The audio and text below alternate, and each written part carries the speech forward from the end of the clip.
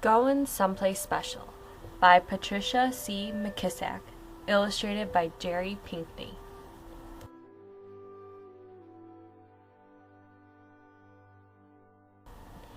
Trisha Ann was about to burst with excitement.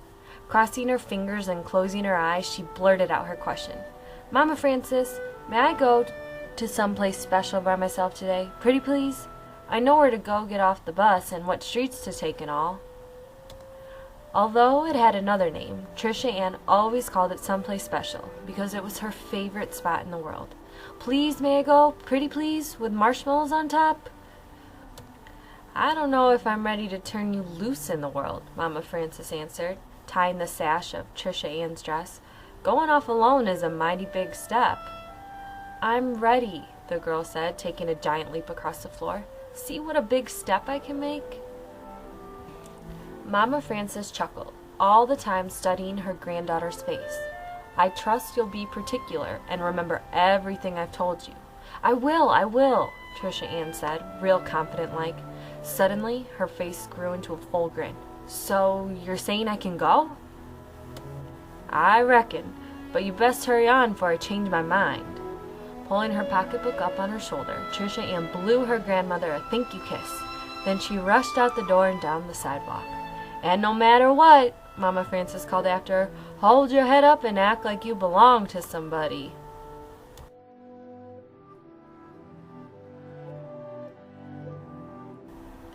At the corner, a green and white bus came to a jerky stop and hissed.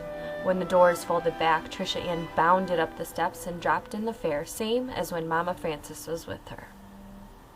The girl squared her shoulders, walked to the back, and took a seat behind the Jim Crow sign that said, "Colored Section." Trisha Ann had seen such signs all her life. She recalled the first time she and Mama Frances had taken this bus ride, and her grandmother had told her, "Those signs can tell us where to sit, but they can't tell us what to think." "I'm going to think about someplace special," Trisha Ann said to herself, and turned to look out the window. Stop by stop, the bus began to fill. At the farmer's market, people crowded on, carrying bags of fruits and vegetables. Mrs. Granell, Mama Frances's friend from sewing club, climbed on board. As she inched her way toward the back, Trisha Ann noticed that there were no seats left behind the Jim Crow sign, so she stood up and gave Mrs. Granell hers.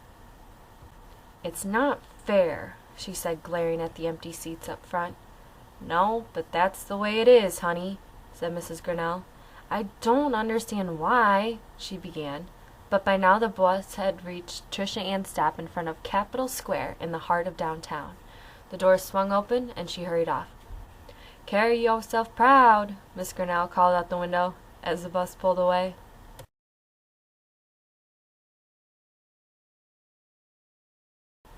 Holding her hat, Trisha Ann leaned back as far as she could to see Peace Fountain's magnificent water show.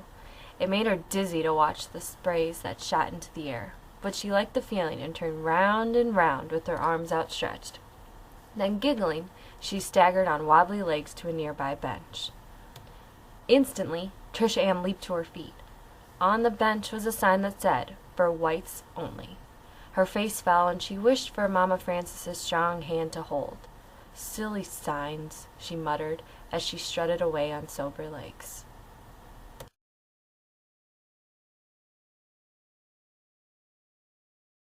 At the edge of the square, she greeted Jimmy Lee, a street vendor. "What's got your face all clouded up like a stormy day?" he asked, handing Trisha Ann a free pretzel.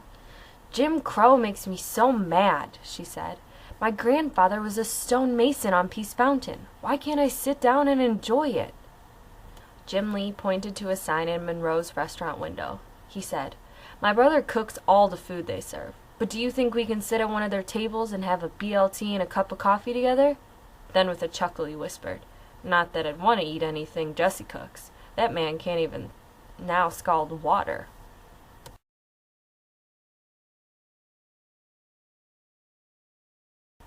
The light changed and Trisha Ann carefully started across the street. "Don't let those signs steal your happiness," Jimmy Lee called after her. Trisha Ann pulled her shoulders back and fixed her thoughts on being inside that warm and welcoming place where there were no signs. Hurrying up 10th Avenue, she passed a filling station and stopped to buy a pop to wash down Jimmy Lee's pretzel. At the second light, the Southland Hotel rose up in front of her, as spectacular as a palace. Mr. John Willis, the hotel's doorman, saw her. "I believe an angel done slipped way from heaven," he said, smiling. Trisha Ann managed to smile back. Mr. John Willis always said the nicest things. "No, sir, it's just me." "Your mouth is smiling, but your eyes aren't," he said. Just then, a long white car with 2 police escorts pulled up in front of the hotel. A man with black shiny hair and shy eyes stepped out. Suddenly, people were everywhere, screaming and begging for his autograph. Trisha Ann got caught in the crowd and swept inside.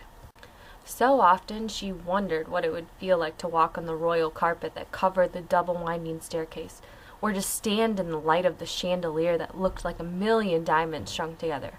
Now there she was, smack in the middle of the Southland Hotel's grand lobby. Somebody pointed at her. What is she doing in here? It seemed as if the whole world had stopped talking, stopped moving, and was staring at her. The manager pushed his way to the front of the crowd. "What makes you think you can come inside? No colored people are allowed!" And he shooed the girl away with his arms. Trisha Ann backed out, shaking her head. I didn't mean," she said, trying hard not to cry.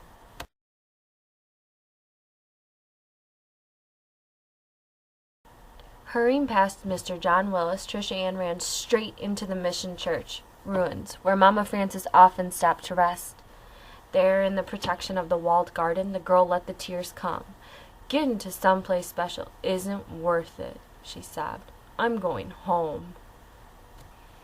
"My flowers have been watered already," came a voice above her. It was Blooming Mary, an elderly woman who took care of the garden with neither permission nor pay. Everybody said she was addled, but Mama Frances didn't agree. "Blooming Mary is a kind and gentle soul," she told Trisha Ann. "You lost, child?" the woman asked. Trying to steady her voice, Trisha Ann answered, "No, ma'am. I just wish my grandmother was here to help me get to someplace special." "You can't get there by yourself?" "It's too hard. I need my grandmother." Blooming Mary nodded and thought on the matter. Then she said, "I believe your granny is here, just as my granny is here with me even as I speak. Listen close. Tell me what you hear." All Trisha Ann heard was the distant buzz of a bumblebee. What was Blooming Mary talking about? But as she listened closer, she began to hear her grandmother's steady voice. "You are somebody, a human being, no worse than anybody else in this world. Getting someplace special is not an easy route, but don't study on quitting. Just keep walking straight ahead, and you'll make it." Trisha Ann recalled these words from many conversations they'd had in this quiet place. They were so comforting. She didn't feel alone anymore. She wiped her eyes and straightened her hat. "You were right, ma'am," the girl told Blooming Mary. "Mama Frances is here, and she wouldn't want me to turn back."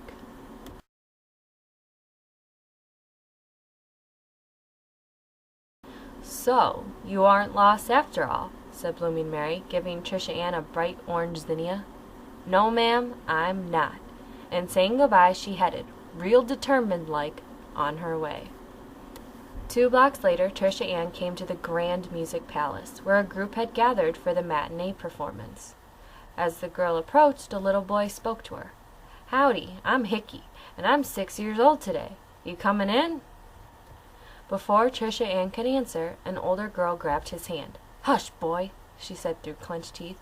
"Colored people can't come in the front door. They gotta go around back and sit up in the buzzard's roost. Don't you know nothing?" his sister whispered harshly. Hickey looked at Trisha Ann with wide, wondering eyes. "Are you going to sit up there? In the last 3 rows of the balcony? Why, I wouldn't sit up there even if watermelons bloomed in January. Besides, I'm going to someplace very, very special," she answered, and then Trisha Ann skipped away. "I want to go where she's going," she heard Hickey say as his sister pulled him through the door. At the corner, Trisha Ann saw a building rising above all that surrounded it, looking proud in the summer sun. It was much more than bricks and stone. It was an idea. Mama Frances called it a doorway to freedom. When she looked at it, she didn't feel angry or hurt or embarrassed. "At last," she whispered, "I've made it to someplace special." Before bounding up the steps and through the front door, Trisha Ann stopped to look at the message chiseled in stone across the front facing: Public Library. All are welcome.